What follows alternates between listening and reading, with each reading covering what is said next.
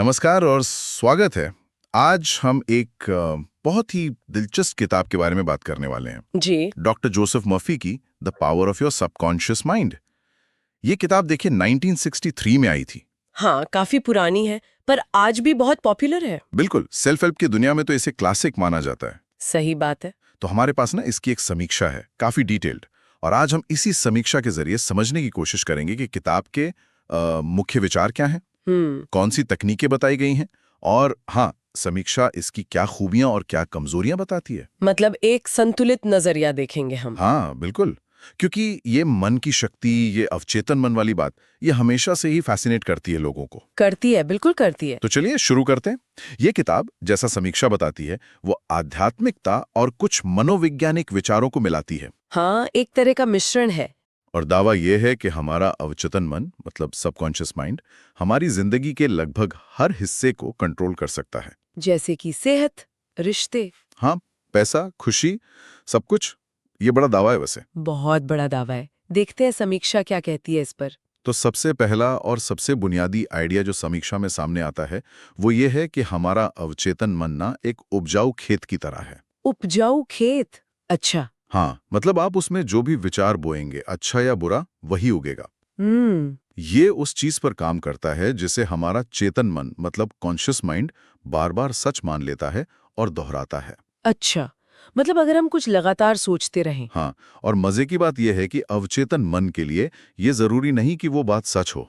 ओह, तो झूठ को भी सच मान लेता है। अगर चेतन मन ने उसे स्वीकार कर लिया तो अवचेतन उसे हकीकत बनाने की कोशिश में लग जाता है। हाँ, और यहीं पे बात काफी सोचने वाली हो जाती है। मतलब ये हुआ कि हमारे दिमाग में जो विचार लगातार चलते हैं, खासकर वो जो आदत बन चुके हैं जिन पर हम ध्यान भी नहीं देते शायद, अनजाने में। हाँ, अनजाने में, वही हमारी बाहर की दुनिया को, हमारी परिस्थितियों को शेप कर रहे होते हैं। अच्छा। समीक्षा इस बात पर जोर देती है कि अवचेतन मन वो तर्क नहीं करता, एनालाइज नहीं करता, कोई लॉजिक नहीं। नहीं, वो बस एक क्या कहते हैं, वफादार नौकर जैसा है। जो भी आदेश मिला चेतन मन से उसे मान लिया, चाहे वो आदेश अच्छा हो या बुरा। हाँ, बिना सवाल किए उस पर काम करना शुरू कर देता है। आप इसे एक तरह का ऑटो पायलट समझ सकती हैं। Auto pilot? हाँ, ये सही शब्द है, जो उन प्रोग्राम्स पर चल रहा है जो हमने ही डाले हैं, जाने या अनजाने में। बिल्कुल।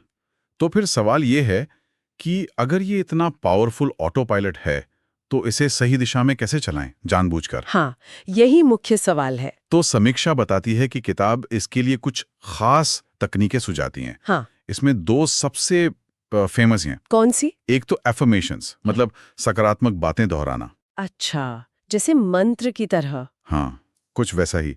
और दूसरा है विजुअलाइजेशन। विजुअलाइजेशन? यानी मन में देखना। हाँ, जो आप चाहते हैं उसकी मानसिक तस्वीर बनाना और उसे महसूस करना। समीक्षा में एक उदाहरण है, जैसे कोई लगातार दोहराए, मैं स्वस्थ हूँ, मैं बिल्कुल ठीक हूँ। हाँ। तो उसका अवचेतन मन इसे एक कमांड की तरह लेता है और शरीर को उसी दिशा में ले जाने की कोशिश करता है। ये सुनने में थोड़ा सिंपल लगता है ना? हाँ, लगता तो है। क्या सिर्फ बोलने से हो जाएगा? यहीं पर वो विजुअलाइजेशन वाली बात शायद ज्यादा अहम हो जाती है। कैसे? समीक्षा बताती है कि किताब खास तौर पर सोने से ठीक पहले या सुबह जागने के तुरंत बाद विजुअलाइजेशन करने को कहती है। अच्छा, उस समय ही क्यों? क्योंकि माना जाता है कि तब हमारा चेतन मन, जो लॉजिक वाला हिस्सा है, वो थोड़ा शांत होता है, सो रहा होता है एक तरह से। हाँ, या आधा जागा हुआ, तो तर्क कम करता है और अवचेतन मन ज्यादा खुला होता है सुझावों के लिए, जैसे दरवाजा थोड़ा ज्यादा खुला हो। बिल्कुल। लेकिन इन सब तकनीकों के काम करने के लिए जो सबसे जरूरी चीज बताई गई है समीक्षा में, वो है विश्वास। विश्वास और आस्था। हाँ, गहरी आस्था। समीक्षा ये कहती है कि अगर हमें अपने मन चाहे परिणाम पर पूरा अटूट विश्वास है कि ये होगा ही होगा, हाँ, और हम उसे महसूस कर सकते हैं पूरी तरह, तो अवचेतन मन उन हालातों और मौकों को अट्रैक्ट करने लगता है जो हमें वहां तक ले जाएं। एक तरह की मैग्नेटिक पावर। हाँ, बिल्कुल। आपका विश्वास जिस तरह का होगा, आप वैसी ही चीजों को अपनी तरफ खींचेंगे। और इसके उलट भी सच है। मतलब अगर मन में शक है, डर है, कंफ्यूजन है, तो वो रुकावट बन जाते हैं। हाँ, समीक्षा के मुताबिक ये चीजें अवचेतन मन को ठीक से काम करने से रोकती हैं। ये विश्वास वाली बात बहुत अहम लग रही है, पर यही एक सवाल भी उठता है जिसका जिक्र समीक्षा में आगे आलोचनाओं में भी है शायद। क्या सवाल? कि क्या सिर्फ विश्वास करना या सोचना, क्या यही काफी है? मतलब बाहर की दुनिया, दूसरे लोग, हालात, उनका कोई रोल नहीं? ये बहुत वैलिड सवाल है। क्या ये सब कुछ जरूरत से ज्यादा आसान बना देता है? हाँ, कि बस सोच बदलो और दुनिया बदल जाएगी। बिल्कुल। इस पर हम शायद आलोचनाओं वाले हिस्से में और बात करेंगे। बिल्कुल। लेकिन पहले देखते हैं कि किताब किन-किन क्षेत्रों में इन तकनीकों के असर का दावा करती है, समीक्षा के अनुसार। हाँ, समीक्षा बताती है कि किताब में ढेलों कहानियां हैं, अलग अलग फील्ड से। जैसे? पहला है स्वास्थ्य लाभ। समीक्षा कहती है कि किताब में कई ऐसी सच्ची लगने वाली कहानियां हैं जहां लोगों ने बड़ी बीमारियों पर भी काबू पाया। सिर्फ सोच और विजुअलाइजेशन से? हाँ, प्रार्थना और अवचेतन मन को सही संदेश देकर। इसमें मानसिक कल्पना की शक्ति पर बहुत जोर है कि मन शरीर को हील कर सकता है। बिल्कुल। ये किस्से पढ़ने में तो यकीनन प्रेरणा देते होंगे। हालांकि इनका वैज्ञानिक आधार वो एक अलग मुद्दा है जिस पर हम आएंगे। हाँ, वो आलोचनाओं में है।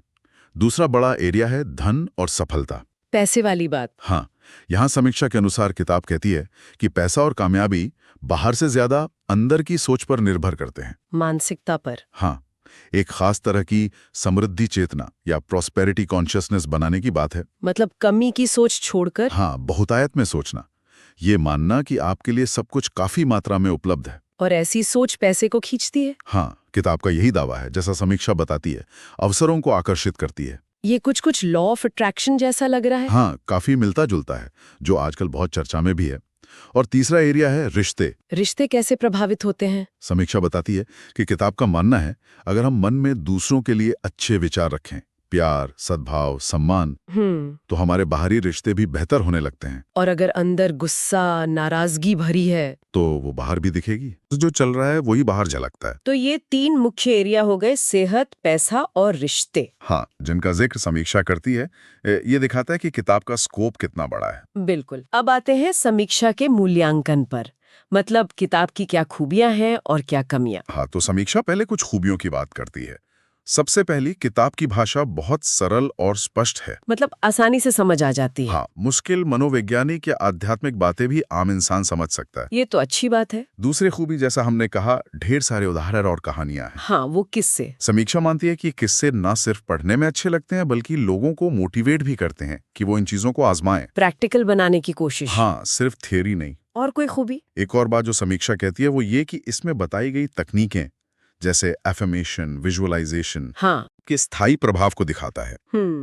ये तो हो गई अच्छी बातें। हाँ, लेकिन अब जरा सिक्के का दूसरा पहलू भी देखें। समीक्षा में बताई गई आलोचनाएं। हाँ, ये जरूरी है एक बैलेंस्ड व्यू के लिए। तो पहली और शायद सबसे बड़ी आलोचना क्या है? समीक्षा के मुताबिक वो है वैज्ञानिक प्रमाणों की कमी। अच्छा, साइंटिफिक प्रूफ नहीं है। देखिए, किताब में जो दावे हैं, जो कहानियां हैं, वो ज्यादातर किस्से हैं, एनेक्डोट्स। मतलब लोगों के व्यक्तिगत अनुभव। हाँ, सुनने में बहुत असरदार लगते हैं, पर इन्हें साइंटिफिक तरीके से जांचा परखा नहीं गया है। तो जो लोग हर बात के लिए ठोस सबूत चाहते हैं, उन्हें ये शायद कमजोर लग सकती है। ये बात तो है। प्रेरणादायक कहानियां बनाम वैज्ञानिक तथ्य। और दूसरी आलोचना? दूसरी आलोचना आध्यात्मिकता पर बहुत ज्यादा जोर होने की है। मतलब समीक्षा बताती है कि किताब धर्म और अध्यात्म की तरफ बहुत झुकी हुई है। वो अनंत प्रज्ञा, दैवीय शक्ति जैसे शब्दों का इस्तेमाल करती है, जो शायद सबको अपील ना करे। हाँ, जो लोग ज्यादा लॉजिकल, सेक्युलर या साइंटिफिक सोच रखते हैं, उन्हें ये बातें शायद सिर्फ विश्वास पर आधारित लगें, तर्क पर कम। ये तो पढ़ने वाले के अपने नजरिए पर भी निर्भर करेगा। बिल्कुल। और एक और मुख्य आलोचना है। हाँ, एक और अहम बात जो समीक्षा में उठाई गई है वो है अति सरलीकरण का आरोप, ओवर सिंप्लीफिकेशन। मतलब चीजों को जरूरत से ज्यादा आसान दिखाना। हाँ, समीक्षा कहती है कि कभी-कभी ऐसा लगता है मानो किताब कह रही हो कि बस अपनी सोच बदलो और सारी मुश्किलें हल हो जाएंगी, सफलता मिल जाएगी। और इसमें मेहनत, कोशिश का रोल कम कर दिया गया है। हाँ, बाहरी दुनिया की सच्चाई, समाज की दिक्कतें और सबसे जरूरी आपका अपना एक्शन, आपकी मेहनत, इन पर उतना जोर नहीं दिया गया जितना शायद देना चाहिए था। मतलब ये सोचना कि सिर्फ सोचने से सब हो जाएगा, ये थोड़ा अधूरा है। बिल्कुल। असल जिंदगी में तो मेहनत, स्ट्रैटेजी और कई बार किस्मत भी लगती है। सही कहा। समीक्षा ऐसी बैलेंस की कमी की तरफ इशारा करती है। पर ये याद रखना जरूरी है कि ये आलोचनाएं उस समीक्षा की हैं जिसे हम डिस्कस कर रहे हैं। हाँ, ये अलग-अलग लोगों के अलग-अलग विचार हो सकते हैं। बिल्कुल। सेल्फ हेल्प में अक्सर ऐसा होता है। तो इन सब बातों को ध्यान में रखते हुए इस समीक्षा का निचोड़ क्या है? मतलब मेन टेकअवे क्या है इस किताब से? समीक्षा का जो मुख्य सार निकलता है वो ये है कि हमारा अवचेतन मन सच में एक बहुत शक्तिशाली इंजन है जो हमारी जिंदगी को चलाता है। एक इंजन। और इस इंजन को सही फ्यूल देना यानी पॉजिटिव, कॉन्फिडेंट, रचनात्मक विचार देना बहुत जरूरी है, क्योंकि जैसा फ्यूल वैसी गाड़ी चलेगी। सही है। समीक्षा इस बात पर जोर देती है कि हमारे अंदर के विश्वास, चाहे वो हमें पता हो या ना हो, वो हमारी बाहर की दुनिया बनाने में बड़ा रोल निभाते हैं। नेगेटिव सोच पीछे खींचती है, पॉजिटिव सोच आगे बढ़ाती है। बीज अच्छे फल, बुरे बीज खरपतवार। तो समीक्षा का फाइनल फैसला क्या है? क्या ये किताब पढ़ने लायक है? समीक्षा का निष्कर्ष ये है कि the power of your subconscious mind अपने टाइम की एक क्लासिक और असरदार सेल्फ हेल्प गाइड है।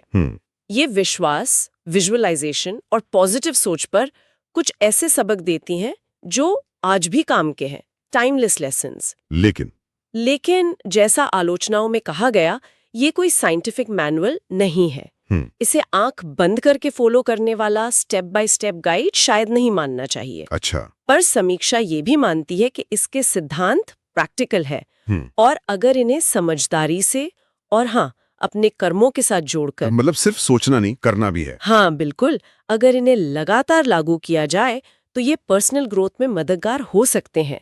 ये जिंदगी को देखने का एक नजरिया देती है जो हमारी अंदरूनी शक्ति पर फोकस करता है। हाँ, तो समीक्षा इसे एक महत्वपूर्ण किताब मानती है, पर साथ ही इसे आलोचनात्मक नजरिए से सोच समझकर पढ़ने की सलाह देती है। तो ये थी डॉक्टर जोसेफ मफी की किताब the power of your subconscious mind पर हमारी चर्चा, जो एक उपलब्ध समीक्षा पर आधारित थी।